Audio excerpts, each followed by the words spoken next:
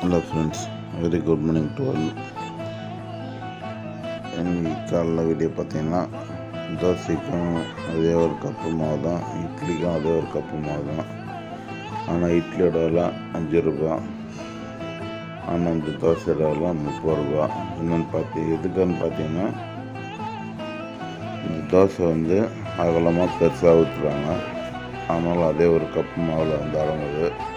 இது பரவலாகவும் முருவலாகவும் எண்ணெய் அதிகமாக பண்ணாலும் அந்த விலை.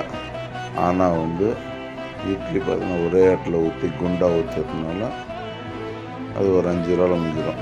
அதே போல் தான் நம்மளோட நிலமை நம்மளுக்கு தெரிஞ்சால் போதும். மற்ற நம்மளுக்கு தூக்கி விடவோ தாச்சி விடவோ கூடாது. அந்த மாதிரி நம்ம பார்த்துக்கூடாது. ஏன்னாக்கா இந்த வீடியோ பிடிச்சிருந்தா மறக்காம சப்ஸ்கிரைப் பண்ணுங்க மக்களே.